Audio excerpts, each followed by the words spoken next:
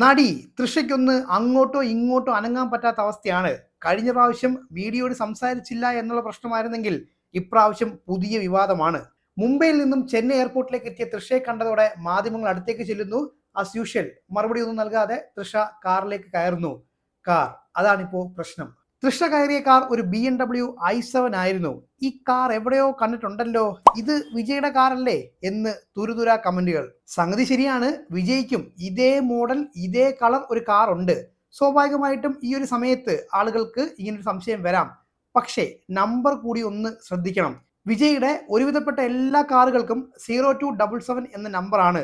അത് അദ്ദേഹത്തിന്റെ മരണപ്പെട്ട സഹോദരിയുടെ ഓർമ്മയ്ക്കായാണ് ആ ഒരു നമ്പർ തന്നെ വിജയ് തന്റെ വാഹനങ്ങൾക്കായി നൽകിയിരിക്കുന്നത്. പിന്നെ 2 വണ്ടികളും വെറും 15 ദിവസം ഗ്യാപ്പിലാണ് രജിസ്റ്റർ ചെയ്തിരിക്കുന്നത് എന്നതും ഒരേ കമ്പനിയുടെ ഇൻഷുറൻസ് ആണ് എന്നതും ഒക്കെ വെറും യാദൃച്ഛികം മാത്രം. ഇനി അടുത്ത കോമ്പി എന്താണെന്ന് വെച്ചാൽ, ഏപ്രിൽ 23-നാണ് തമിഴ്നാട് ഇലക്ഷൻ വരുന്നത്. റിസൾട്ട് അനൗൺസ് ചെയ്യുന്നത് മെയ് 4-ാം തീയതി. അന്നാണ് തൃഷയുടെ ബർത്ത്ഡേ. ഇനി വിജയ് ഇലക്ഷന് ജയിക്കുവാണെങ്കിൽ മുൻപ് CM ആകണമെന്ന് പറഞ്ഞ തൃഷയ്ക്ക് ഇരട്ടി സന്തോഷമാകും എന്ന് പറഞ്ഞുള്ള മീംസ് ഒക്കെ ഇപ്പോൾ ഇറങ്ങി തുടങ്ങി. വിജയ് ആണെങ്കിൽ ഇതൊന്നും അറിയാതെ ഡൽഹിയിലെ CBI ഹെഡ്ക്വാർട്ടേഴ്സിൽ നിന്നും 7 മണിക്കൂറത്തെ ചോദ്യം ചെയ്യലിന് ശേഷം വിജയശ്രീ ലാളിതനായി തിരിച്ചിറങ്ങിയിരിക്കുകയാണ്. പിന്നെ കർണാടകയിലും ചില സ്ഥലങ്ങളിലൊക്കെ ഇത് ആഘോഷിച്ചു തുടങ്ങിയിട്ടുണ്ട്. ഓട്ടോയ്ക്ക് പുറകിലും 2 പേരുടെ ചിത്രം പതിപ്പിച്ചിട്ടുള്ള ക്യാപ്ഷനൊക്കെയാണ് ഇത് ഇപ്പോൾ കണ്ടുകൊണ്ടിരിക്കുന്നത്.